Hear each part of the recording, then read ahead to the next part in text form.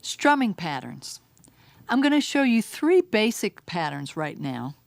Those of you who are more advanced than that, don't worry, you're going to get some really cool stuff later on in the course. But for now, we're going to start with 3 patterns. Remember, we're still on our same chord progression, okay? First pattern is a pretty open, ringing kind of down, up, down pattern. It goes like this. 2, 3, 4.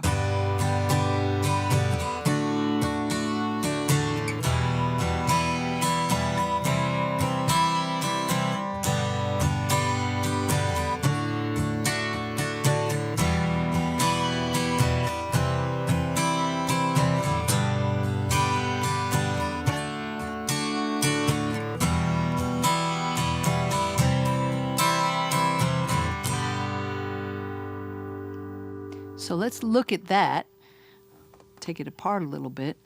For those who aren't used to this kind of strum, what we're really working with is a very basic down, up, down, up, down, up motion. Make sure you've got a good grip on your pick. I hold mine between thumb and first finger. And you really just want to make sure that you can do this with a lot of fluidity. So you might just want to start by down, up, down, up, down, up, down, up, down.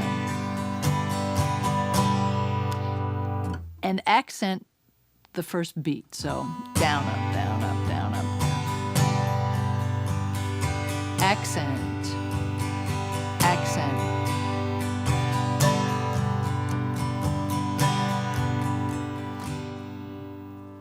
And what we're doing is we're leaving out some of those beats. So we're doing down, see I left that up, out, down, down, up, down, down, down, up, down, down, down, up, down, down, up, down. And notice how my hand keeps the movement going.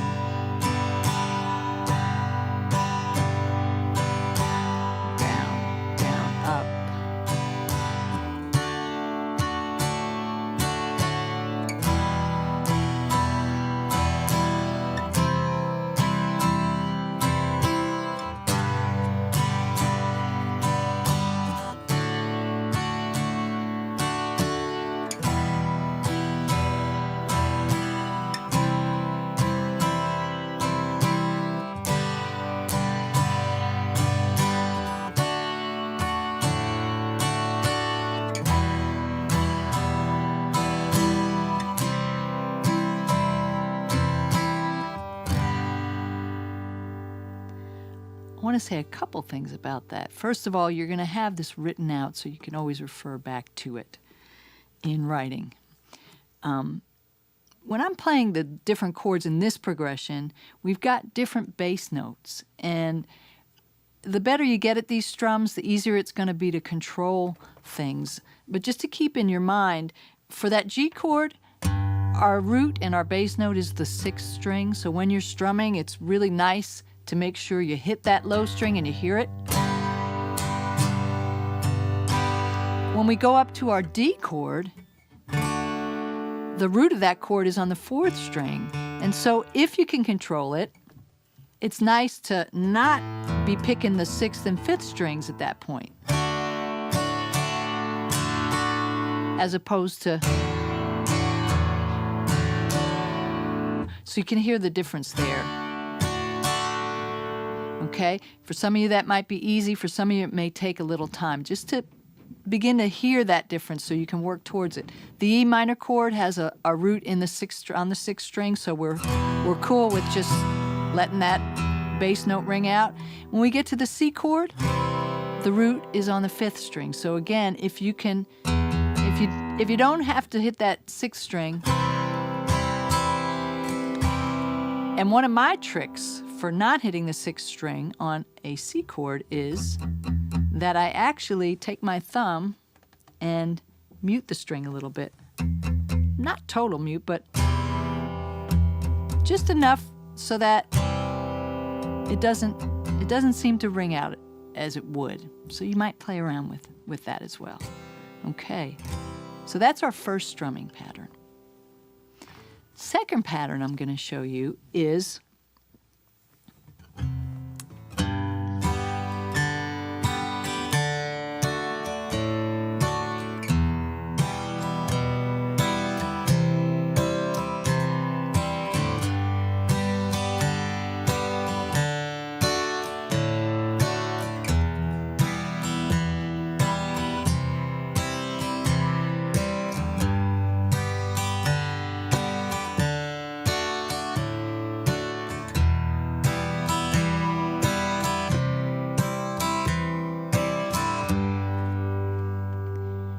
this one might be a little more, you might hear it as a little more of a country kind of feel to it. Anyway, I'm going to show it to you in pieces here. It's more particular about what we hit. We're not just strumming all the strings at once. We're actually hitting a bass note, and then we're strumming mostly the top 4 strings. So it's a down-up strum. It's down on that bass note, down up on the top strings, and it's an alternating bass note. So 6th string for my G chord is my first note, and I can alternate. I can do to the 5th string, or I can actually play the 4th string.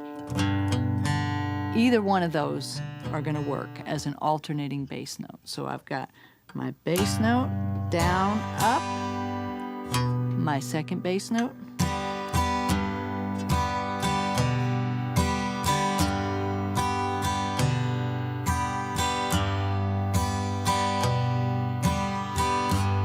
again, for those of you just starting with this kind of strumming, you don't have to be perfect in order to get the feel of it. So just see if you can get that feel. Changing to the D chord, let's look at our alternating bass notes. Our D string, which is the 4th string. We can go up to that 5th string and have that be our second bass note.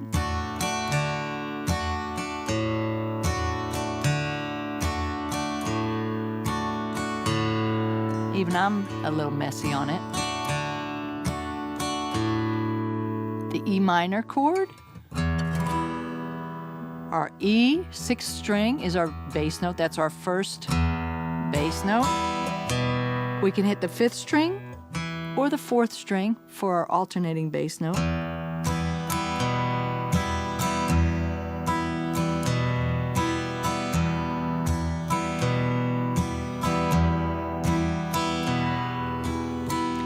And then our C chord, again, we've got a root on the 5th string, so that can be our first bass note, and then we can go to the 4th string.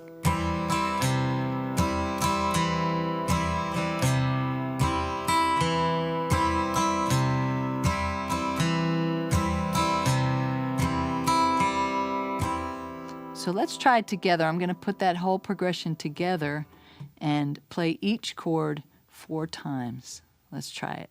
2, 3, 4.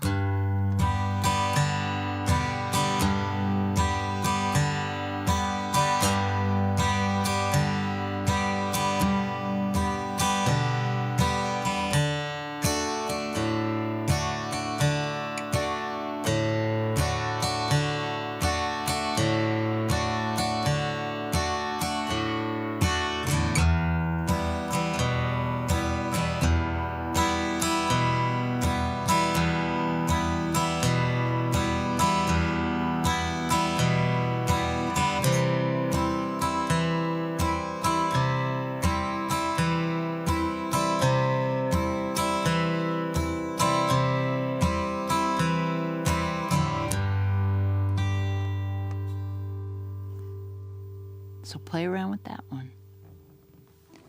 The last one I'm going to show you right now, it's a little bit of a variation on this.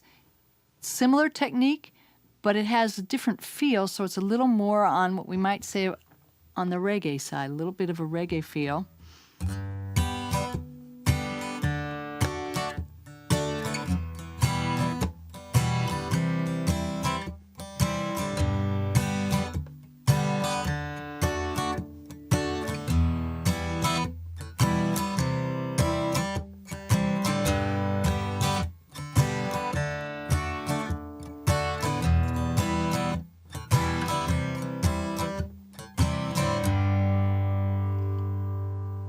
So let's look at how to do that. We're going to do a very similar technique to what we just did on that last strum, where we're going to start by plucking a single bass note. Okay, 6th string on the G chord. And then we're going to do down up on the higher strings, the top 4. But we're going to add a really cool thing here, which you'll use in many places as you move forward, which is just some people call it a palm mute. It's a rhythmic kind of sound on the guitar. And it's this part of my hand, the outer edge here. And I'm hitting those strings fairly hard, so you really hear it. And then I do one more strum.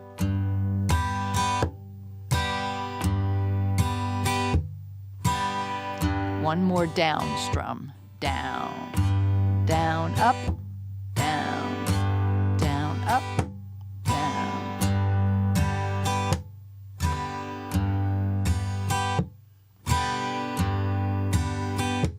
So let's try the D chord now. Our 4th string is our root.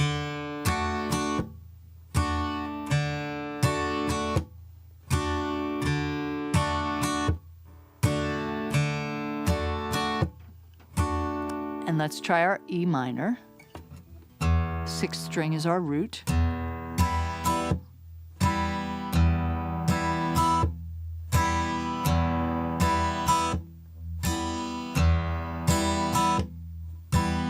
Good. And lastly, we got our C chord.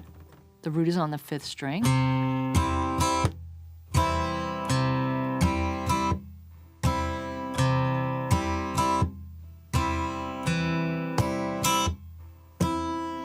And I just want to make note that when we're doing the actual strumming, that we're not worrying about our lower strings at all, that we're really just focusing on those top 3 strings. We don't need to get any low strings in there. Okay, so let's try the progression all the way through. We'll do each chord twice for this one. So 2, 3, 4.